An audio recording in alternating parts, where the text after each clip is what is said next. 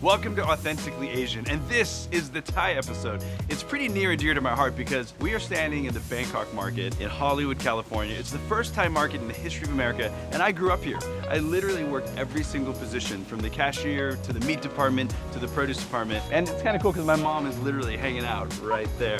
So today we're gonna shop the ingredients we need for drunken noodles and chicken satay with peanut sauce, and then we're gonna go home and we're gonna cook it up. Let's go. So you can't cook Thai food without this. It's called fish sauce. It's the fundamental salt and savory ingredient in Thai food. It's just anchovy, salt, and water. And you know what? It's delicious. So the next ingredient is oyster sauce. It's not actually Thai, it is Chinese, but it's everything you need to make really great stir fry. Not all soy sauces are the same. For the drunken noodles, I'm gonna need a Chinese sweet soy, which is 70% molasses to 30% soy sauce. Thai coconut milk. Thai basil. It has an incredible smell of anise or black licorice and totally necessary for drunken noodles. So Mom, we're cooking drunken noodles today. Sounds good. You know the recipe you never taught me? I'm kidding. I'm kidding. I'm trying to get home to cook this thing, and of course, it's LA. And I'm stuck in traffic. Well, you know, the worst thing about this is the entire crew is going to give me a hard time because I'm always like slave driving them, and I'm the one that's late. Mike, you know Mike, the big Sasquatch looking one? That dude seemed to be all over my shit. You know, he doesn't emote much, you know what I mean? Like, it kind of scares me at first when I first met the guy, but, you know, he's just gonna be like, you late. This sucks.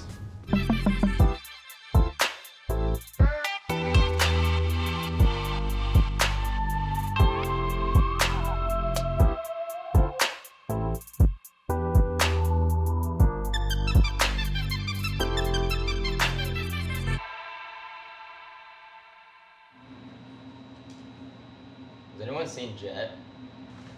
Dude, I'm sorry. I'm so sorry. It was bad traffic, guys. I know I ride you guys, but whatever, Mike. I know what you're thinking. We've been here since 6, Jeff. Let's just cook already. Whatever. We're not comedians, so that's the best it's gonna get. That's the best it's gonna get.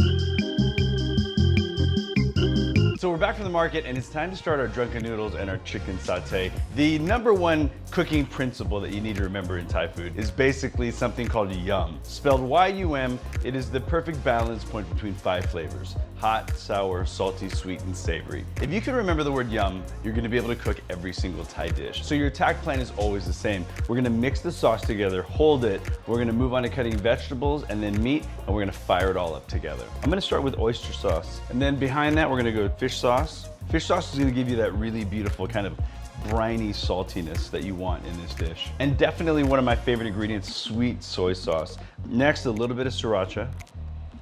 You can't have Thai food without a little balance of sweetness there. And that's my sauce. Let's go to vegetables. I'm gonna start with some garlic and onion. And pretty standard, pound the garlic flat and just give one little kind of tight, kind of 1/8 to 1/4 inch pass. The onion cut here is going to be something that's called lyonnaise or Frenching cut. Take a half of an onion, take the front tip off of it, and then peel it. Cut the root end off. Keep the edge of the knife pointed to the core of the onion, going along the fiber of the onion, and that's how you get these cool little shapes. Just a few more items. I've got a green jalapeno here, and that's gonna be fine. You don't have to kill yourself with heat to be eating Thai food. I've got some grape tomatoes in this recipe. I think it adds a nice brightness. Lastly, I've got Thai basil, and check it out. This is how I gently manipulate Thai basil. Take those top pluges off, and then basically run your fingers opposite the way that the basil grows. And although it's gonna perfume the dish in the pan, I like to go a step further. I'm gonna do something called chiffonade, where we take a bunch of leaves, spine over spine, roll it up really tight, and then I'm gonna give it a really, really tight little pass, a very, very thin slice, and then put that right into the sauce so the flavors can really start to marry.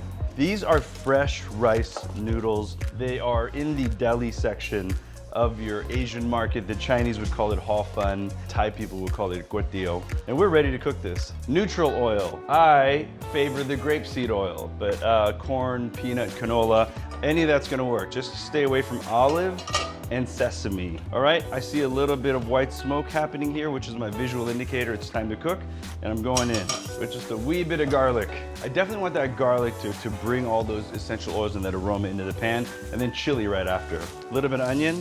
For today, I'm using shrimp. I really like shrimp as my protein for drunken noodles. So peel and devein. I'll make a little well here, just so the eggs can land.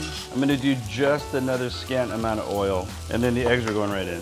So with the eggs in the pan, I just wanna break the yolks up and kind of make a bed. And that bed is going to receive my noodles here. Noodles into the wet egg. And you want them to be completely coated and surrounded by the egg.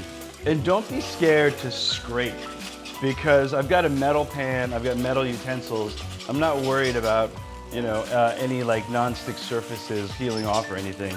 The more you scrape now, the less anything's gonna burn. And you want all those delicious bits from the pan to join the party. The shrimp are about 3/4 way. That means it's time for sauce.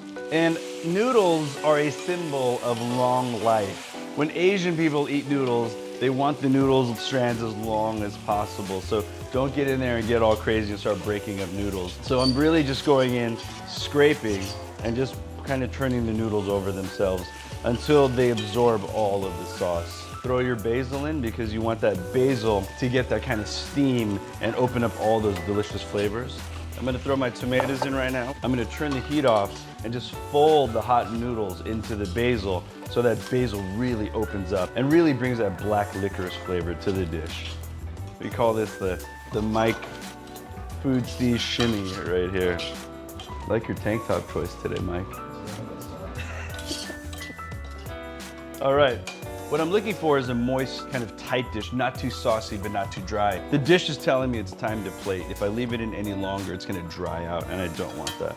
So I kind of usually go a little beyond center and then let it fall to the middle. And it's always nice to display those beautiful little shrimp on top. There you have it, family.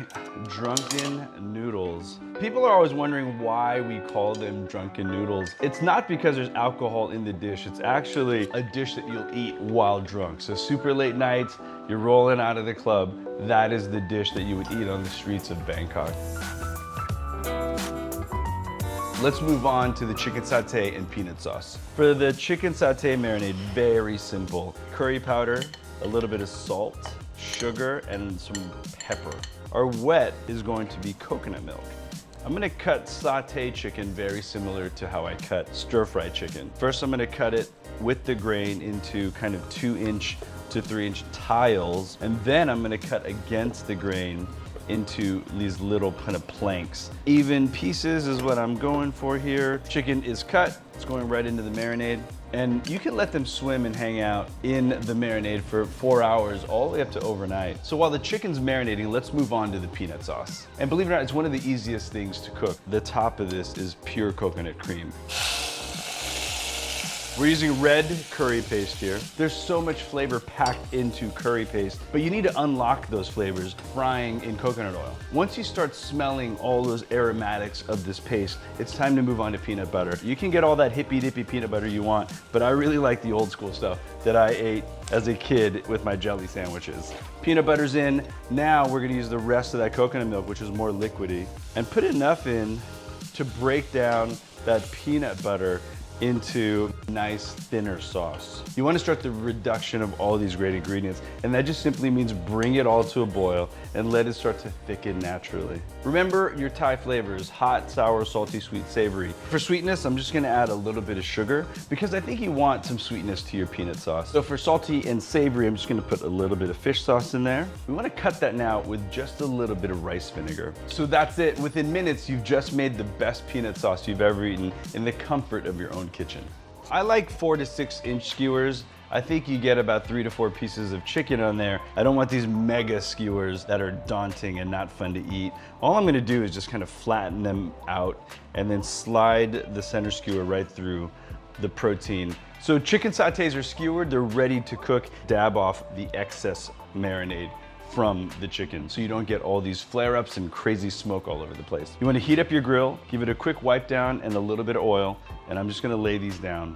So I'm hearing the sear, that is a good sign. I really like to get a little peek before I actually turn. I'm looking for really nice dark grill marks, and that's perfect. That's exactly what I want. I'm gonna turn them over exactly how they lay. So there's only one way to guarantee doneness in chicken, and that's using a thermometer. You want to insert the thermometer into the fleshiest part of the chicken. Once that hits 165, you are good to go. I'm gonna plate my chicken sautés on the side and just offer a little bit of peanut sauce.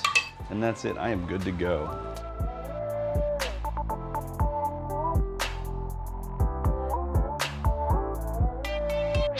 Thanks so much for hanging out for this entire day of Thai cooking, from going to the market and finding the ingredients, to coming back home and cooking chicken satay with peanut sauce and the iconic drunken noodles. Thanks a lot. We'll see you next time on Authentically Asian.